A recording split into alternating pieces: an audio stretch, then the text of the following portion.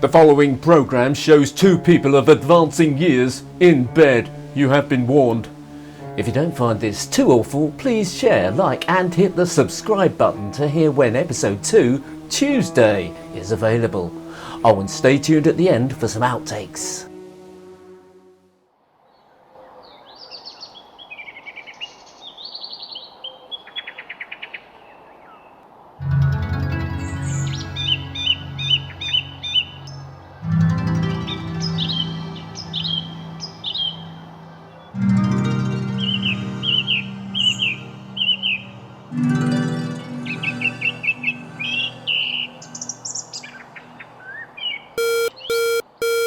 Wake up, get moving, put on your working gear, get out of bed, get going, she said, lazy bones, get out of here.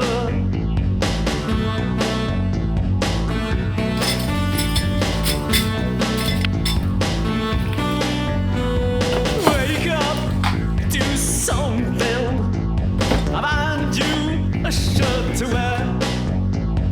Get up, start washing, move your ass. By 1528, Anne's court was rising. It's possible that Dogs don't like the new phone. planted the seeds of religious reform in Henry's head. I said, Herbert and Norma don't like the new kitchen phone. That's good. Such influence may also What's this? contribute to Documentary on the Tudors.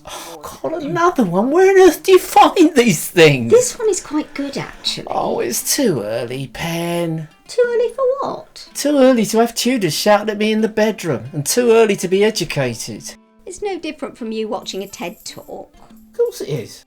TED Talks are about the future. This is the past. But we learn from the past, don't we, Kenneth? The thing I've learnt from the past is they made a lot of documentaries about the Tudors in it. Oh, right then.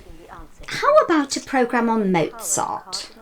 Pen, this is not the time for dead composers or dead Tudors. This is the time for streaming a box set about Scandinavian people being slaughtered for no good reason.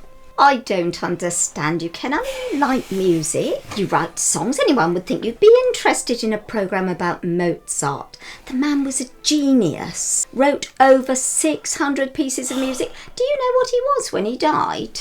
Exhausted? I mean, how old? Oh, I don't know. Why do you think it's something I need to know? Well, how old do you think, though? I haven't got a clue. Have a guess. I really don't care, Pen. But if you had to care. Had to care? If your life depended on it. Is that likely? But if it did, though. Oh, I don't know. Go on, guess. Oh, God, 50. 35. Well, there we are then. 35. And he'd written over 600 pieces of music. He wrote... I know what you're going to say. What? He wrote Twinkle Twinkle while he was still in nappies or something. Well, he did write variations on it when he was about 6. Well, he was on the spectrum, wasn't he? I mean, might have been a musical genius, but could he relate to people? Could he put a shelf up? That's what you got to ask yourself. Could he change the gearbox on a Mark III Cortina? Well, I don't think Mozart did drive a Mark III Cortina, and if he did, I'm sure he would have had it regularly serviced. Narrow field of skills is what I'm saying, Pen. Not like me, I've got a broad span of things I'm... Average at? Just think yourself lucky you're married to me, not Mozart. Can you imagine what that would have been like? No, I can honestly say I can't imagine what it would have been like to be married to Mozart. It would drive you mad, Pen, drive you mad. I can see it now. The Mozart household on a Sunday morning. Wolfie, are you going to mow this lawn today? Yes, my love, I promise. You said that yesterday and the day before. I'll be done in 5 minutes, my love. I just want to finish this symphony. Another fucking symphony, for God's sake, Wolfie. We're running out of cupboards to store the bloody things. So that's what Mrs. Mozart sounded like, is it? Pretty sure. Yeah. For the record, his real first name was Johannes. Really? I expect he'd rather drive a Honda Concerto anyway. I said I expect Mozart would rather drive a Concerto than a Cortina. A Cortina can actually be a piece of music too, you know. Can it? Does that mean my joke works twice as well or not at all? You want to watch Tudors, don't you? Not if you don't, Ken. You want to watch a fat old man with gout chop ladies' heads off. Well, it's only got about 15 minutes to run. Go on then. Educate me. What do you mean Herbert and Norma don't like the new phone? Oh, you were listening. I think it's the bell, the retro ring. What do you think they don't like about it? It's a damn cheek. Took me ages to get that thing on the wall. Those two should take a long hard look at themselves in the mirror.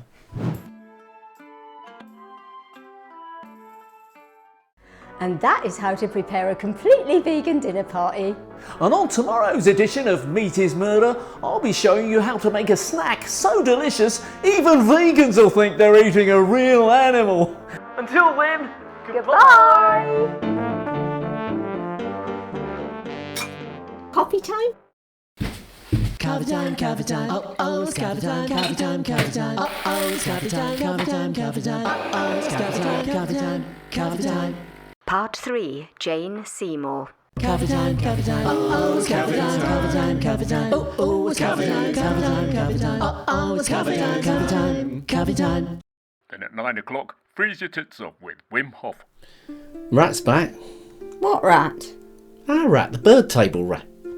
You haven't seen that rat in 6 months. So? So it's not the same rat, is it? It's the same rat. I'd know him anywhere. Is that why coffee took so long? You and he were having a catch-up? No. Coffee took so long because I was having a think, wasn't I? Oh dear. I was thinking, there are an awful lot of sayings that make no sense, aren't there? Things like, that went...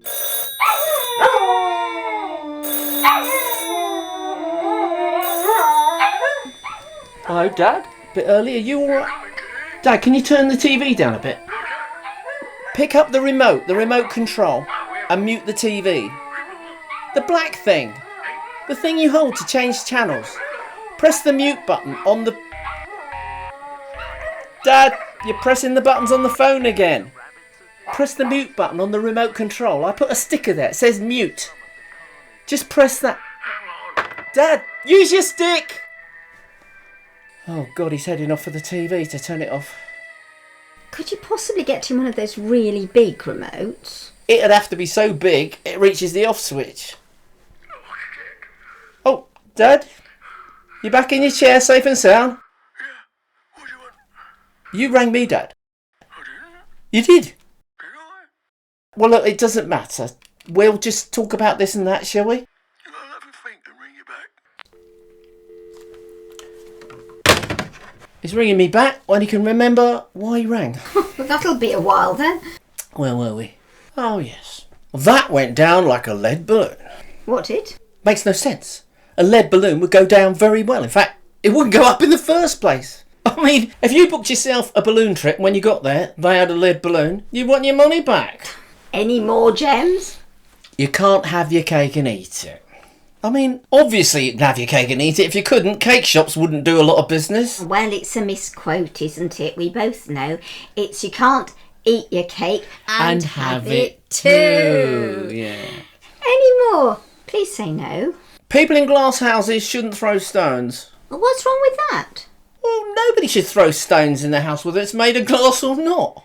You may possibly be missing the reason why the houses are made of glass in the first place. Glass! Yeah, glass. No glass, it's glass day. Didn't you put it out? Have a guess. Oh, leave it. Careful on the stairs. But soon heads would roll.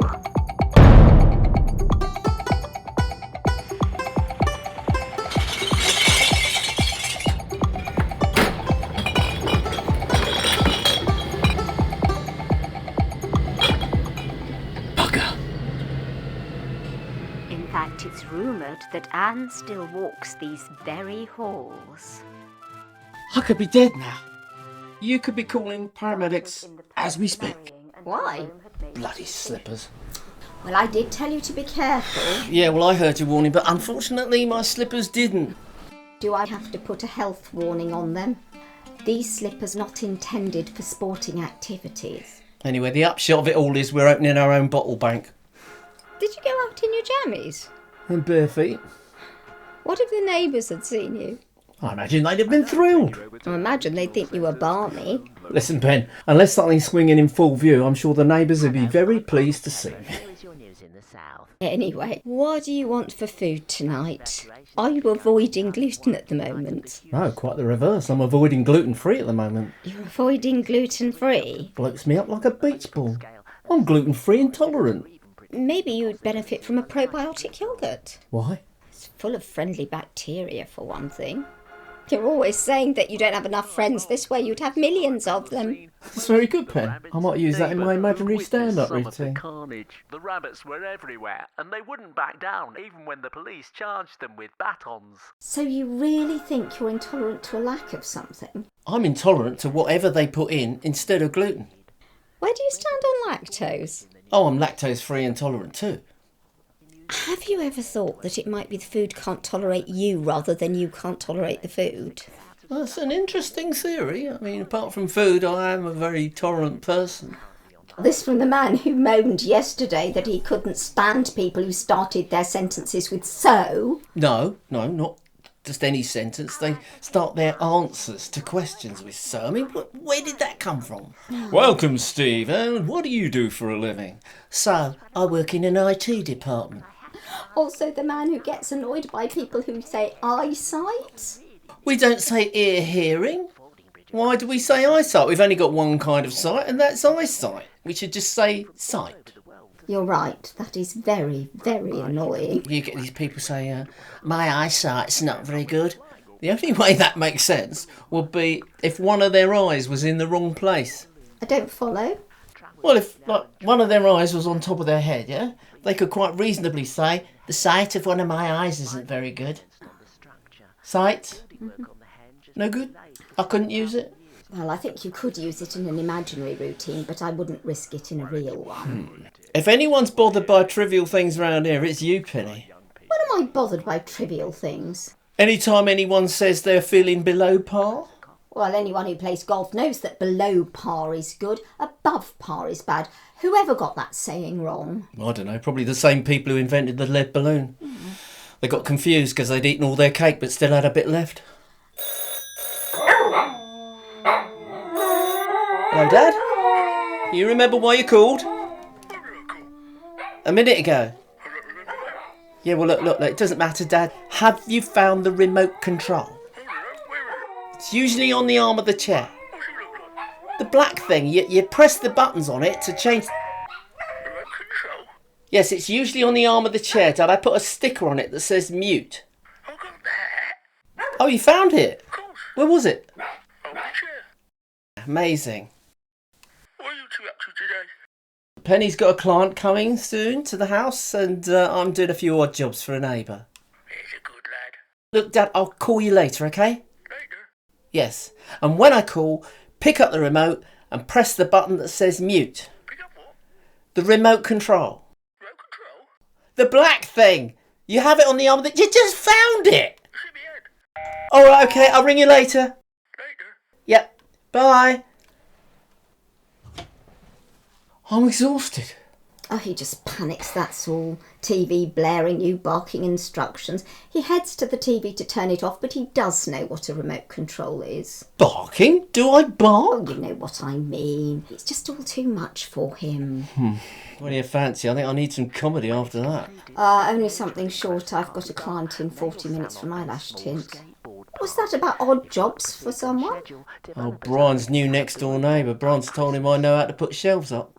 That's all for me. Now back to Terry and June in our main studio. I don't bark.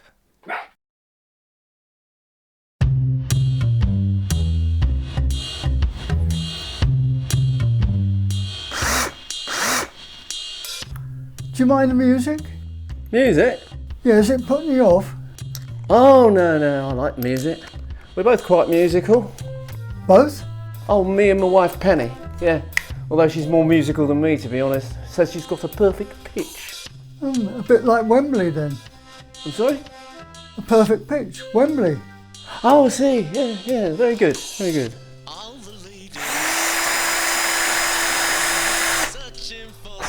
Do you like the same kind of music?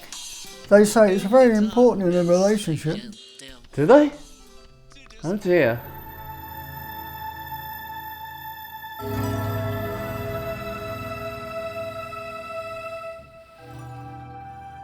Well, I did hear a shout, but he does that all the time. Oh, crikey. Was he all right? Oh, yes, it's not the first time Ken's fallen on the stairs. He's getting quite good at it now. Men are clumsy, aren't they? It's the slippers, you see. Ken and slippers have a difficult relationship. So why does he wear them? Well, he hates slippers generally, but this pair he does swear. I can only think it's because his son gave them to him. Oh, I see. The slippers have sentimental value. Ken's younger son Raymond usually forgets birthdays and Father's Days. These are a present from one of those days he didn't forget. My hubby's always in his slippers. Lives in the things. That's nice. Lazy sod. Damn it. What sort of music does your missus like then? Oh, acoustic sort of singer-songwriter stuff, you know, and a bit of classical. Yeah, I like a bit of classical as well. Oh, you do have quite a few knots there, don't you? Oh, it seems so. Loves her Mozart, does Penny. Not all of it though. I don't like the noisy classical. I like the gentle classical. Mozart's okay. Yeah, I was hearing all about him this morning. Wrote 800 pieces of music, he did. 8? I thought it was 6. No, it was 800. Really? Oh, can't wait to put Penny straight on that. Are you all right? It's causing me pain, so it must be doing me some good. No pain, no gain, as they say. And he loved the poo jokes too. I'm sorry? Mozart loved poo jokes. You sure about that, Jim? Oh yes, an infantile sense of humour Mozart had. Really? Oh, I'll duck go it later. Ducked up what it? Duck go it. I use it instead of Google. Don't want Mozart and poo coming up in my search history. Well, put in Mozart and scatology. You'll see all these poo jokes then. Well, thanks, Jim. I'll tell Penny all about it when I get home. Do you know how old he was when he died? 35. Absolutely right. You are musical, aren't you? I try, Jim. I try. Well, you should feel a lot looser later. I hope so. I've got 4 gardens to do tomorrow. 4? I'm thinking of giving it up next year. I've lost my appetite for it. And some days I just feel like staying in on the sofa with a mug of hot chocolate and watching a romantic film. What, like? Love story? Oh, good God, no. More like Brief Encounter. Brief Encounter. I haven't seen that for years.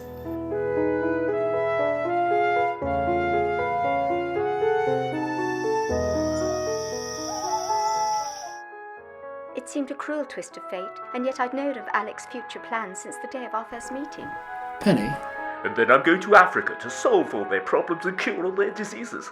Oh, that all sounds frightfully interesting. I'm afraid my life is a little duller. So how do you spend your days, my dear? It seems silly, but I like to go into town and window shop for the best value turnips. You're right, that does sound rather dull. When Kenneth stepped into the bedroom, he was horrified to find Penelope watching some old black and white dosh. Penelope was also horrified to find that Kenneth didn't recognise a classic British film when he saw one. Now I'm all at sea, my mind all a dither. I don't know what's up and what's down. Do you understand what I'm saying? Please say you do. Yes, I think I do, my darling. Whatever is to become of me, of you, of us? Trevor Howard, Celia Johnson, a railway refreshment room. Nothing? Close encounter? Close encounter? Something like that. You think they're going to order a plate of mashed potato and sculpt a flat top mountain on it? Oh, I do hope so. Anything be more entertaining than watching them gaze at each other lovingly over a toasted muffin. Brief encounter. Brief! Oh, God, it's brief, thank God. How brief? Could it end right now? I just saw it and dipped in. Must be craving some romance in my life. I must confess, dear, dear Fred, that as I waited near the clock at Milford that day, I felt for a moment calm, serene, then angry that I'd lost my sensibilities so completely. Yet I also felt joyous as I remembered our lovely day on the river, but then confused as to why Alec had walked off the end of the boat and also why the river was so shallow. You'd think they'd choose better looking actors for it, wouldn't you? You don't like the look of Celia Johnson? No, thanks. If I had an encounter with her, it'd be very brief. What's wrong with the poor girl? I think it's the teeth. Too small. You really have got a thing about small teeth, haven't you? Many a nice mouth's been spoilt by teeth that are too small. Well, where do you stand on large teeth? I think my rule on women's teeth is the same as my rule on women's hands and feet. No bigger than mine. Is that what would be on your dating profile? Kenneth, Capricorn, seeks woman for trips to the theatre, country walks and romantic nights in. Must have smaller teeth than me. But not too small. How small is your limit? Oh, I don't know. Just so long as they don't remind me of a doll. A doll? We really are dragging up some stuff today. I just don't like those old-fashioned China dolls. Why? Because their teeth are too small. They freak me out. Did your sister bash you over the head with a Victorian dolly when you were young or something? Look, you don't like feathers. I don't like tiny teeth. Let's leave it at that. No, I think we should get to the root cause of this worrying psychological condition. Root cause teeth, very good. I'm sure I'm not the only man in the world who's turned off by Celia's tiny teeth. Well, if memory serves, they weren't hers anyway. Well, whose were they then? Celia Johnson knocked out her front teeth when she was a teenager. You mean she chose those teeth? My God, you think she'd have plumped from a medium rather than a small? I think between the wars that there was a shortage of false teeth. Oh yes, the Great Dental Depression, terrible times. Oh, Laura, you know what's happened, don't you? Oh, please don't say that, Alec, not out loud. I've fallen hopelessly in love with you. No, no, Alec, no, don't say that, please. But it's true, my darling. Oh, I love the way they talk in these old British movies. They're so awfully proper, don't you think? Plus, the old British movies also featured that other character, the lovable Cockney rogue. That didn't sound very lovable. That sounded more EastEnders. We're having a laugh, ain't you? Think you need to be a bit more flashbang, Wallop? What, me? I'm as Cockney as Dick Van Dyke, I'll have you know, madam. Born within the sound of Bow Bells, I was. Wash my face and hands before I come, I did. I can't a woman. Be more like a man. What, you want me to start scratching, talking nonsense and making a mess? What do you mean, start? God, love it, it's a rum night out there tonight, Mavis. Reckon I'm about ready for a mug of tea and a couple of your lovely fancies. Them's for the customers, Mr. Gobby, and I'll thank you to keep your eyes off me bath buns too. They're not for the likes of you, and no mistake. Did you know Probably. that true Cockneys are dying out? Really? To be a true Cockney, you have to be born within the sound of Bow Bells, yeah? Church of St Mary le Belle, if memory serves. Absolutely right, good knowledge, Pen. Right, so when the saying was written, the Church of Bow Bells could be heard 7 miles away. But these days, because of development and noise pollution and all that, the bells can only be heard 1 mile away. Now, since there are no maternity units within that radius, the chances of babies being born within the sound of Bow Bells are somewhat small. They're an endangered species. Perhaps the World Wildlife Fund should adopt them as their emblem instead of the giant panda. And they could keep some at Marwell Zoo for future generations to enjoy. And China could breed Cockneys as well, and every few years we could borrow their pearly queen and mate it with our pearly king. Oh, you are a hard nut to crack, Mavis. There'll be no nut cracking in my establishment today, Mr. Gobby, so be off with you before I summon a constable. In Stockholm, a burnt-out, jaded, alcoholic cop is talked out of retirement to take on one last case. The telephone killer is a twisted tale of murder, mayhem and madness as our hero and his blind autistic psychic partner pursue a monstrous, macabre serial killer who phones the cops before each of his crimes which become increasingly grisly, ghastly, gruesome and grotesque. Sounds all right. Oh, Channel 4 should get him to preview other sorts of programmes, shouldn't they? Wally Presents, man. Yeah, I mean, instead of just doing Nordic noirs, he could do, I don't know, gardening shows, cookery shows.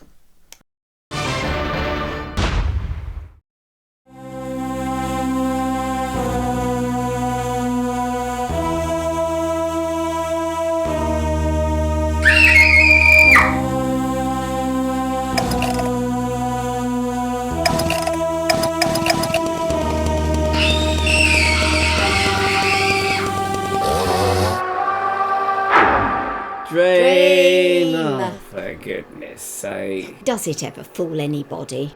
It's always about episode 3, I've noticed. You know, the hero's in a desperate situation, he's about to die, then bang, sits bolt upright in bed. Yes, it was all just a dream. Real dreams are never like that anyway. Drama dreams never feature toilets much either. Toilet? I mean, I realise that the anxious search for a toilet might not make a memorable dramatic scene, but it would at least be accurate.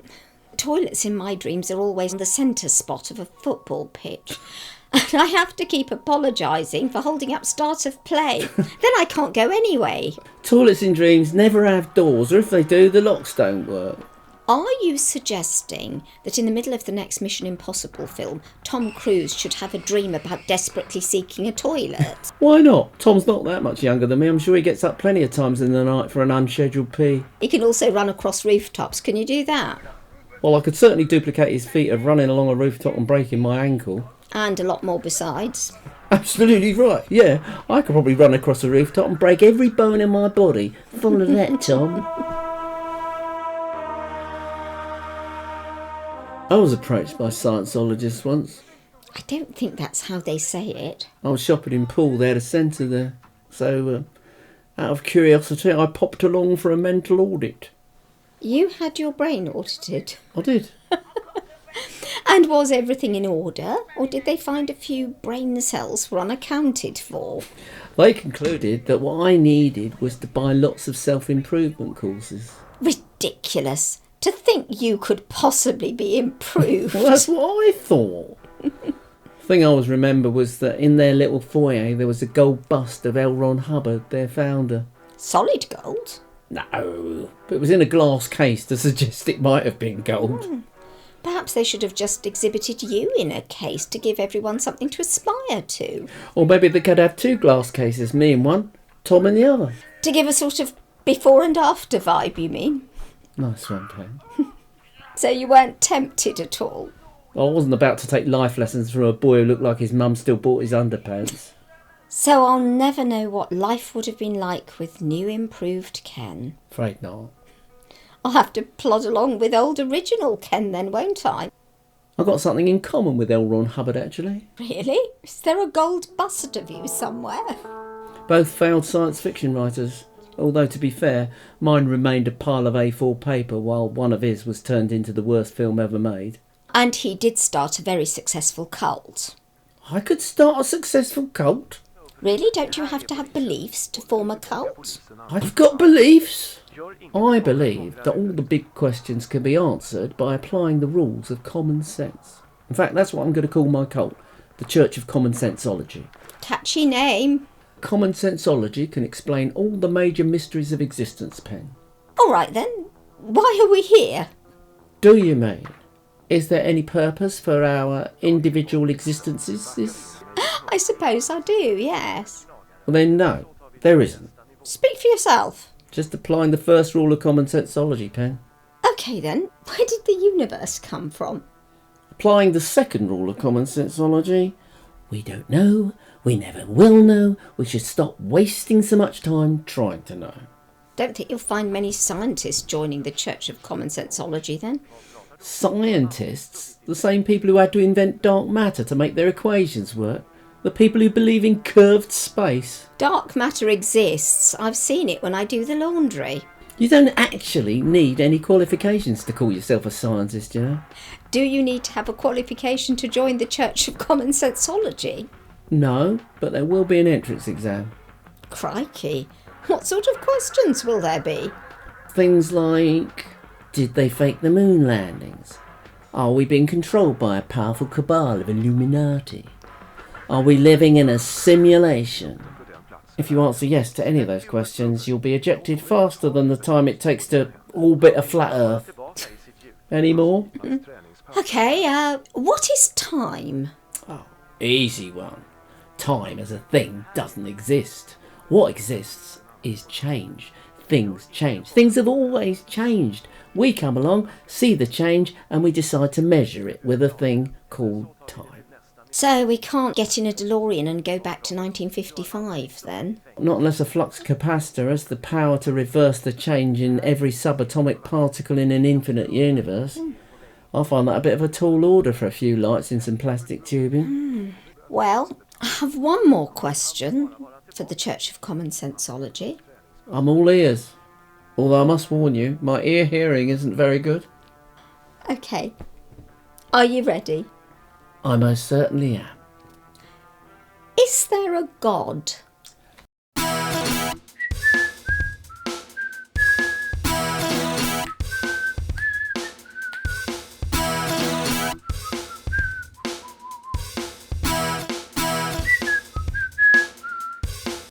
In Longmeadow, a jaded ex-boxer and jewellery maker is talked out of retirement to take on one last career. Gardner's World is a twisting tale of ivy, wisteria and passion flower as our hero and his team of less well-known presenters battle their way through a sea of compost to face an evil army of weeds, slugs and other diabolical pests. I could be dead now.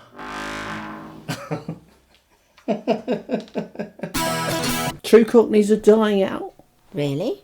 Yeah, so to be a true Cockney, you've got to be born with the bottoms. Yeah, I was hearing all about him this morning. He lived to 800 years, you know. You can't have your cake and eat it? You may just have mentioned this before. I mean, obviously you can. I mean, cake shops wouldn't do... Bollocks.